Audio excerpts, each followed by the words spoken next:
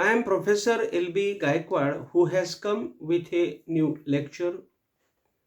The lecture is Transitive Verbs. Now we will discuss on the topic of the transitive verbs. The verb needs the object to complete the meaning. Such a verb is called a transitive verb. Listen carefully here. I will discuss that the transitive verb is the verb which needs the object. It means that the object and the verb come together in the sentence and they complete the meaning of the sentence. Such verb is called the transitive verb. It means the verb with the object is the transitive verb. The transitive verb is the verb which comes always with the object. Means the transitive verb is without the object is not the transitive verb. It means the transitive verb takes always the object with it, and that's why it is called the transitive verb.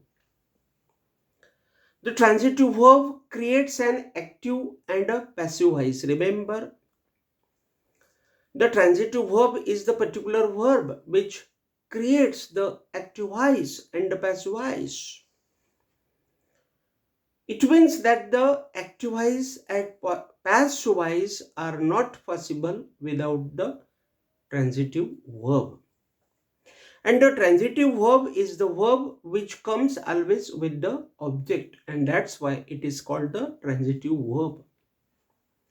We will take some examples here. For example, Chakle wrote a letter. This is the active voice. How is this active voice? I will tell you. Chakle is the subject here. Wrote is the verb here. A letter is the object here. Chakle is the subject, wrote is the verb, and a letter is the object. And this sentence is the sentence of the simple past. Chakle wrote a letter. It is the sentence of the active voice. And when I want to make this into the particular passive voice, it means when I want to make the passive voice of this active voice, then the passive voice will be a letter was written by Chakle. Remember, the active voice is Chakle wrote a letter. Remember, the passive voice is a letter was written by Chakle. And when we discuss these two examples, or when we compare these two examples, then we understand that the first example is of the active voice and the second example is of the passive voice. So in the active voice, we see that there is the subject plus verb plus object. And in the passive voice, there is the object plus passive voice verb plus by and plus the subject or the subjective case. We can get an object by asking what and to whom to the verbs. Remember, when we want to study the object, when we want to search the object, or when we want to collect the object in the sentence, then we can ask the question by what or to whom to the verbs. It means that when we ask the questions in what or in to whom to the particular verbs, then we can get the object in the sentence. For example, we will discuss here. Chakle wrote a letter. So here, Chakle wrote a letter. So what did Chakle write? Or what wrote? If we say like this, so the answer comes later. What did Chakle write? answer comes later. So a later is the object here. The second example is here. I gave money to a beggar. So to whom did I give money? So the answer comes a beggar. So a beggar is the object here. So we can say here that sometimes two objects come with the transitive verbs.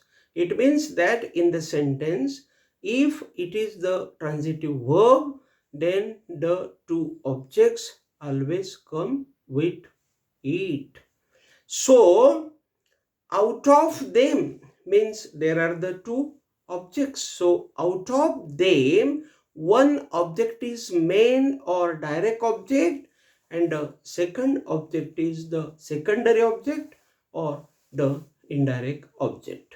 For example, we will see, I gave money to a beggar. This is the sentence. I gave I gave money to a beggar. So this is the sentence, and here in this sentence, I is the subject, give is here the verb, money is the direct object here, and to a beggar is here the indirect object. We will study now this sentence very nicely. What gave means what did I give, or what I gave. What I gave or what did I give? The answer comes what did I give? The answer comes money. So what did I give to a beggar? The answer comes money. So money is the direct object, or money is the main object. So this is very clear that when we want to collect, to study, to search the direct object, then we can ask the question by what to the particular verb. Then we can easily get the direct object. The second is here. To whom did I give money? To whom did I give money? Or to whom I gave money. To whom I gave money. So when we ask like this, or when we ask the question with this way, then we get the word, and that word is a beggar. So here the beggar is the indirect object or the secondary object. So the secondary object is taken or is studied or is searched or is collected by asking the question to whom or whom. Then we can get the indirect object here. The direct object relates with an object.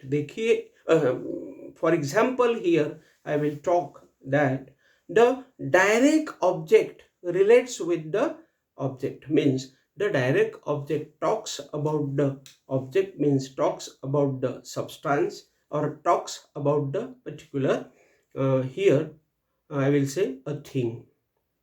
The thing may be animate or the thing may be inanimate. We earn the object, we earn the direct object by asking question with what. It means that we can ask the question by what, and this what word is used to ask the question, and the direct object is got, or we can get the direct object with the word what. So here I will give you the examples. The teacher gave him a prize. Remember, the teacher gave him a prize is the sentence. The prize is a direct object here, means the prize is the word, it is the direct object here, because the teacher gave him a prize. So what did the teacher give him? The answer comes prize. So prize is the direct object here, and the prize is the substance, means the prize, that is the award, it is the substance, it is the object here, a thing here, and that is very clear. And the substance is the direct object or main object. Remember here, I will tell you that the substance or the object or the particular thing is called here the direct object. And if we want to collect the direct object, then we can ask the question by what to the particular verb or to the particular sentence. But him is the indirect object here, and we can get it by asking whom. It means that if we want to ask the indirect object, then we can ask the question by whom or by to whom, and by asking such question we can get the indirect object here. So here him is the particular word which is the indirect object, and so here the particular sentence is the teacher gave him a prize. So I will discuss here that the teacher is the subject, gave is the verb, him is the here indirect object, and a prize is the direct object. So we can change the places of the objects in the sentences also. See here, I will tell you that we can change the places, means we can put the direct object in place of the indirect object, and the indirect object in place of the direct object. That is the important thing. I will come to this particular thing later on, but before this I will tell you that the indirect object comes before the direct object. When we speak or when we write the particular sentence, then we can say that the indirect object comes always before the direct object, means the indirect object plus direct object. In this way we can make the structure, or we can write the sentence, or we can speak the sentence. For example, here the teacher gave him a prize. So here the teacher is the subject, give is the verb, him is the indirect object, and a prize is the direct object. Now we have come to the point which I had spoken before. Again we will discuss this point very nicely. What is the point? The point is that we can change the places of the objects in the sentences also. It means that we can change it, we can change the places of the objects, means my point is that we can put the direct object in place of the indirect object, and the indirect object in place of the direct object. So here I have taken one example, and with that example we will see. The teacher gave a prize to him. The first sentence is the teacher gave him a prize. And the second example is the teacher gave a prize to him. Means here we change the places of the objects, means the direct object and the indirect object change their places here.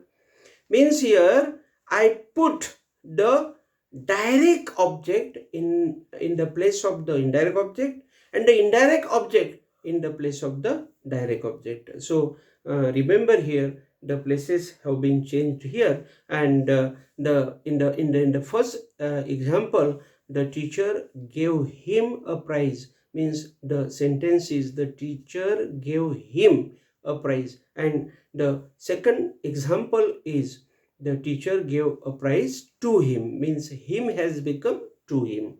So this is the change which we have seen. The transitive verbs don't stand without the objects. See, if the object is there, then the transitive verb is there, and if the transitive verb is there, the object is there, and if the transitive verb and object both are there in the sentence, then we can make the active voice and passive voice of this particular sentence. That is very important.